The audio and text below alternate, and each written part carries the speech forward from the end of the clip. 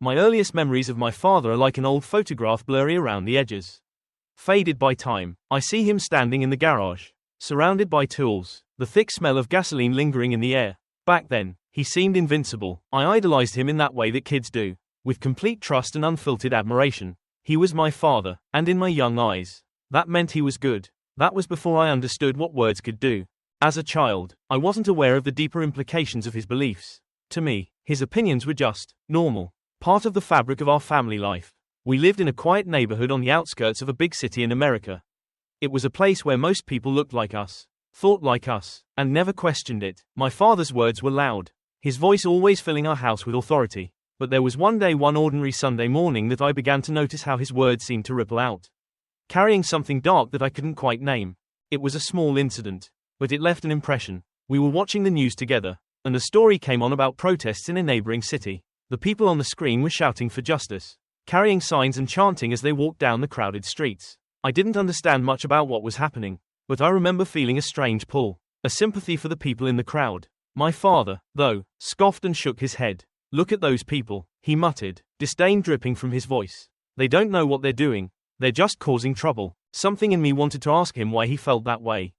But I was too young, too unsure of myself. Instead, I stayed quiet, pretending to agree. I didn't want to upset him. I wanted to be his son, his perfect child who didn't question him. So, I swallowed my confusion, telling myself that he must be right because he was my father.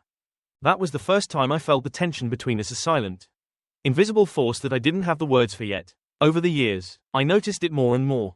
In his offhand comments about the world, his dismissive words about people who didn't fit his narrow mold. As I grew older, I began to see that he wasn't just grumbling. His words carried something sharper, something that felt like a blade cutting into the people he didn't understand.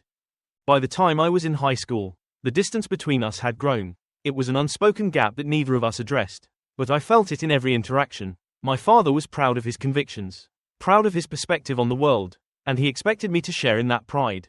But as I learned more, met new people, and developed my own opinions, I felt my values drifting from his. One evening, I remember coming home from school after a debate club meeting. We had been discussing a topic that was sensitive for my father: immigration reform. I hadn't expected it to stir up anything in me, but something about hearing my classmates speak passionately, defending the rights of people I'd never even met, sparked a fire in me. I came home and brought up the topic with my father, hoping for an honest discussion. What I got instead was a lecture, filled with all the usual talking points I'd heard from him 1,000 times. He dismissed the people affected by the policies as others, as though they were less human. His words stung, like tiny needles piercing through my budding beliefs. I felt my cheeks flush with frustration, but I held back. I didn't want to argue. I didn't want to disappoint him. But something inside me shifted that night. I realized that I couldn't keep pretending. His words, once just part of the background noise of my life, were starting to hurt in a way I couldn't ignore. I wanted to believe that he was a good man, that he didn't mean any harm. But the things he said about other people he didn't even know, began to weigh on me like a stone pressing down on my chest. It wasn't long after that night that I made a decision. I would respect him, I would love him, but I would no longer pretend to share his beliefs. I needed to carve out my own space, to find my own voice in a world that felt more complicated and diverse than the narrow perspective he held. The breaking point came years later, during a family gathering. It was supposed to be a joyous occasion, my cousin's wedding. Family members I hadn't seen in years had gathered, filling the old church hall with laughter and warmth. But there was tension too, an undercurrent that I felt as soon as I walked in the door. My father was there, of course, holding court with a group of relatives, sharing his thoughts on the state of the world in that booming voice that had once commanded my admiration. I tried to avoid him, keeping to the edges of the room, but eventually, I found myself drawn into his orbit. He was mid-rant, talking about the latest news, something about a new policy aimed at protecting minority rights. He dismissed it as coddling and started spouting opinions that made my stomach twist. The relatives around him nodded, some even laughing along, but I couldn't take it anymore. I felt my face flush, my heart pounding as I stood there, unable to remain silent. For the first time in my life, I spoke up. I told him that I disagreed, that I thought his views were hurtful and wrong. The room went silent, all eyes on us. My father's face darkened, his expression shifting from shock to anger. He dismissed me, told me I was too young to understand, that I was being influenced by the wrong people. His words stung, each one a blow to the fragile connection we still had. That night, I made the hardest decision of my life. I decided to cut ties with him. I couldn't continue pretending, couldn't keep supporting him silently. I knew it would hurt, that it would be a scar I would carry forever. but I also knew that I couldn't live my life under the shadow of his beliefs. So, I blocked him on social media, deleted his number from my phone, and began the painful process of distancing myself from the man who had raised me. At first, I felt a strange sense of freedom. The weight of pretending was gone, replaced by a lightness I hadn't felt in years. But it didn't last. Only a week after I cut ties with my father, I started noticing strange comments on my social media posts. Friends from high school reached out, asking if everything was okay, if I was really that kind of person. Confused, I began looking through my father's public social media. To my horror, I discovered that he had launched a campaign against me. In his posts, he painted me as an ungrateful, disrespectful child who had betrayed his family and his values. He accused me of turning my back on everything he had taught me, twisting my decision into something ugly, something I barely recognized. The comments under his posts were filled with strangers and acquaintances alike, many agreeing with him, calling me names, questioning my character. I felt a rising panic as I read through them, my heart racing as I realized that I had become the villain in my father's story. I wanted to defend myself, to tell my side of the story, but I was paralyzed by fear and shame. I didn't want to escalate things, didn't want to add fuel to the fire, so I stayed silent, hoping that it would blow over, that people would move on and forget. But the posts kept coming, each one more vicious than the last, each one chipping away at my sense of self, leaving me raw and exposed. Days turned into weeks, and the fallout from my father's posts continued to grow. I avoided looking at his page, knowing that each new post would only drag me deeper into the sinking pit in my stomach. But even without checking, I couldn't escape it. Mutual friends and distant relatives would reach out, sometimes to voice their concern, sometimes to offer unsolicited advice, and sometimes to condemn me. One afternoon, I received a message from my aunt, a woman I'd always been close to. She told me that while she didn't agree with how my father had gone public with our issues, she thought I should be the bigger person and reconcile. I stared at her message, feeling an unexpected surge of anger. I knew she didn't understand, no one did. They only saw his side. And in that version of the story, I was the one who had walked away, leaving my father heartbroken and betrayed. But the truth was, I hadn't walked away out of malice or disrespect. I had walked away because I could no longer reconcile his values with my own. Because his words and actions had started to feel like a poison that seeped into every corner of my life. Yet explaining that to people who had already decided I was the villain felt impossible. Isolation began to settle in, wrapping itself around me like a heavy fog. Friends who had once been close drifted away, uncomfortable with the controversy or, worse, silently aligning with my father's side. Social gatherings became nerve-wracking, and I started to avoid them, afraid of the questions and the judgments that would inevitably come. Even at work, I felt the tension. A colleague casually mentioned one of my father's posts, laughing as if it were just a funny family drama, oblivious to the weight it carried for me. With each passing day, I felt myself retreating further, both from the world and from myself. I became quiet, withdrawn, the words I wanted to say trapped behind a wall of fear and shame. It was as if I were trapped in a glass cage, watching my life from a distance, unable to reach out or make any real connection. The breaking point came one night when I lay in bed, staring at the ceiling. Sleep had become a rare visitor in my life, and the nights stretched long and heavy, filled with the weight of everything left unsaid. I felt like I was slowly unraveling, piece by piece, my sense of self fraying at the edges. That night, I felt an overwhelming urge to check my father's social media. I knew it would hurt, that it would only deepen the ache inside me, but I needed to know. I needed to see if he had finally stopped. With trembling hands, I opened his profile and scrolled through the posts. Each one was like a knife, twisting in the wounds I had tried so hard to heal. But then, I came across something that changed everything. In his latest post, he had shared a photo of us from years ago. It was a family portrait, taken when I was a teenager, long before our relationship had started to sour. The caption was simple, yet devastating: "I don't know where my child went, but I miss them every day." It was a plea, wrapped in a condemnation, and it broke something inside me. I stared at the photo, at the familiar faces frozen in a moment of false happiness, and I felt a rage rise within me that I hadn't felt before. He had turned our private pain into a public spectacle, twisting the love we once shared into a tool for sympathy, a way to manipulate people into seeing him as the victim.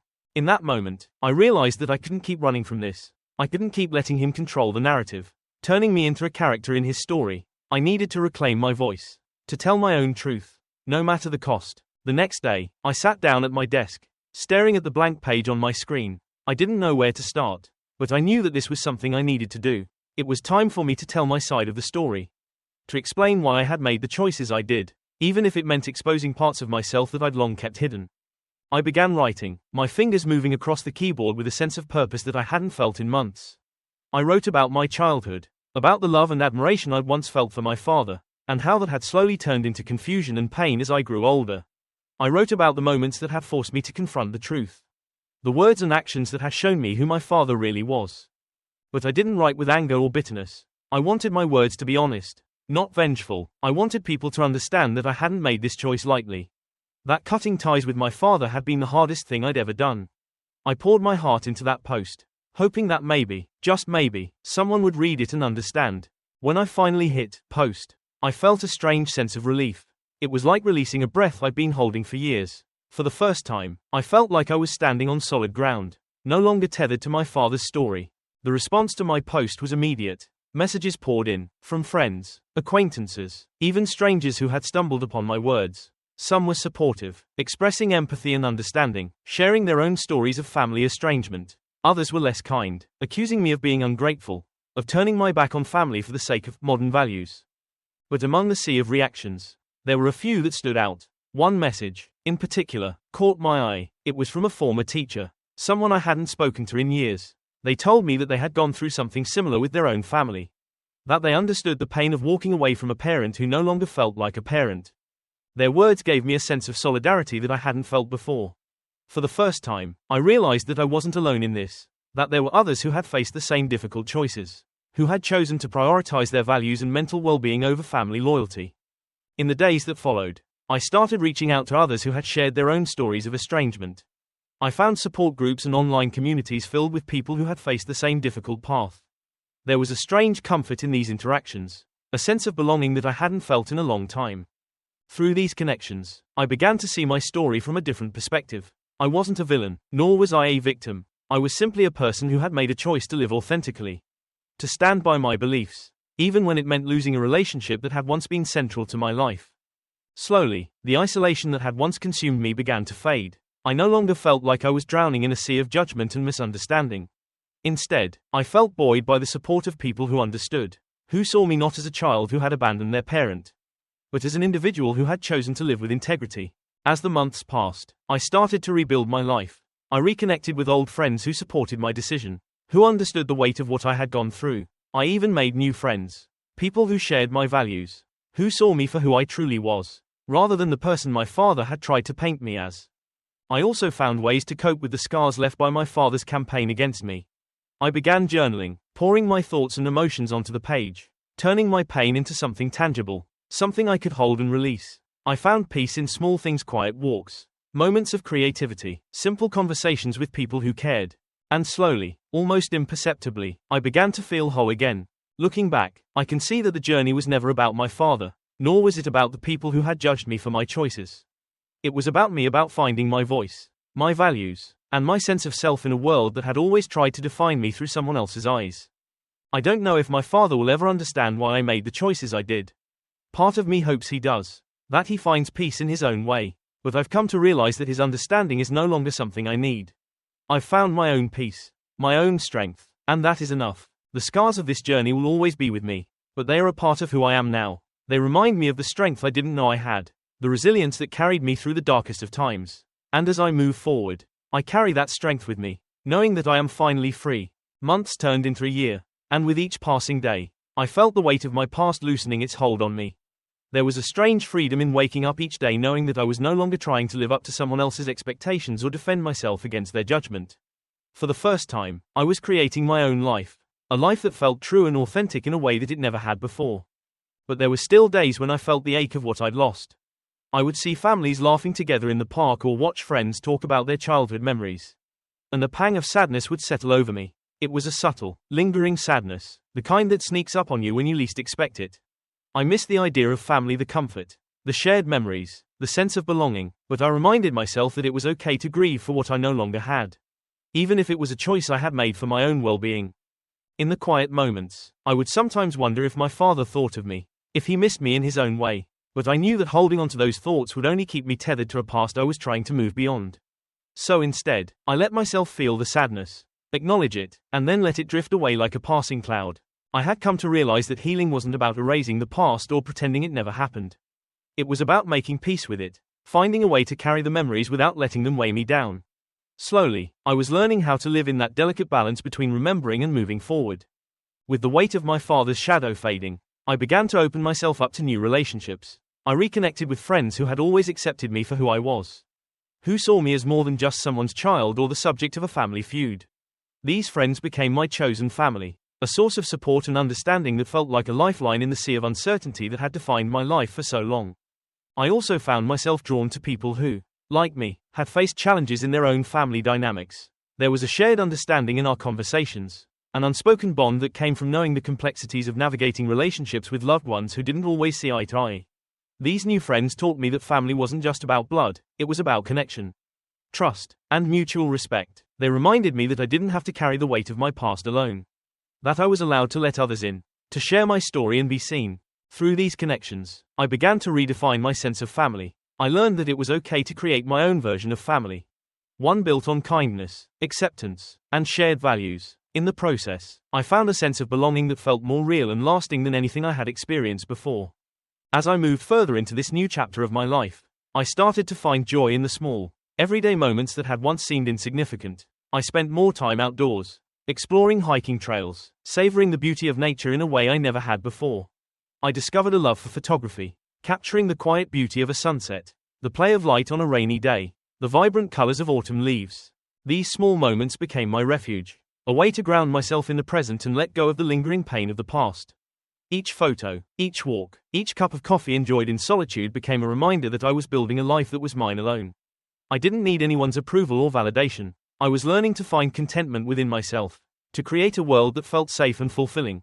In these quiet moments, I felt a growing sense of peace, a stillness that had been absent from my life for as long as I could remember.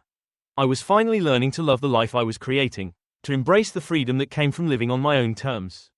One afternoon, as I was organizing some old photos, I stumbled upon a picture of my father. It was an old snapshot, taken during one of our rare family vacations. I looked at his face, his familiar smile, and felt a wave of conflicting emotions wash over me. There was a part of me that missed him, that longed for the bond we once shared, even if it had been flawed and complicated. I realized that I hadn't truly made peace with my feelings toward him. I had moved forward, yes, but there was still a part of me that held on to the anger, the resentment, the hurt. I knew that if I wanted to be free, truly free, I needed to let go of these emotions, to find a way to forgive not for his sake, but for mine. So I sat with that photo, letting myself feel everything I had buried, the love, the pain, the disappointment, and in that quiet moment, I found a small spark of forgiveness, a sense of compassion for the man he was, for the pain he carried that he had never been able to express. Forgiveness didn't mean excusing his actions or pretending that everything was okay. It meant accepting that he was a flawed human being, just like me, and that he had done the best he could with the life he had. It was a small, fragile piece, but it was enough. It was enough to help me let go of the last remnants of anger that had clung to me like a shadow. In the months that followed, I felt a shift in my identity, a sense of clarity and strength that I had never known before. I was no longer defined by my father's actions or his words. I was no longer the child who needed to live up to someone else's expectations. I was simply me, a person who had faced challenges, who had made difficult choices, and who had come out stronger on the other side. I began to explore new interests, new passions that felt true to who I was becoming. I started volunteering at a local community center, working with people from all walks of life, each with their own stories of struggle and resilience. It was a humbling experience, one that reminded me of the power of kindness, of connection, of choosing to see the humanity in others. Through this work, I found a deeper sense of purpose, a sense of meaning that felt more fulfilling than anything I had ever experienced. I was no longer defined by my past or by the people who had once tried to control my story. I was creating my own path, writing my own narrative, and it felt liberating in a way I could never have imagined. One day, seemingly out of the blue, I received a letter from my father. It was short, a few paragraphs written in his familiar, looping handwriting. He didn't apologize, didn't ask for forgiveness, but he did acknowledge that he missed me. He wrote that he wished things had turned out differently, that he hoped I was happy, even if we couldn't find a way back to each other. Reading his words, I felt a bittersweet ache. Part of me wished for an apology, for a sign that he had changed, that he had come to understand the pain his words had caused. But I knew that this was the best he could offer, the closest he could come to expressing regret. And in a way, that was enough. It was a small gesture, but it felt like a final chapter in a story that had once felt endless. I didn't respond to his letter. I didn't feel the need to. I had already made peace with the past, with the man he was and the person I had become. His words were a reminder of where I had come from, but they no longer held power over me. I was free, in a way that I had never been before. As I look back now, I can see that every step of this journey, every painful choice and moment of isolation, was leading me to this place. I had reclaimed my life, my identity, and my sense of self. I had found a way to live authentically, to surround myself with people who loved and accepted me for who I truly was. There will always be a part of me that wishes things had been different. That I could have had a relationship with my father based on mutual respect and understanding. But I also know that sometimes, letting go is the most loving choice we can make for ourselves and for others.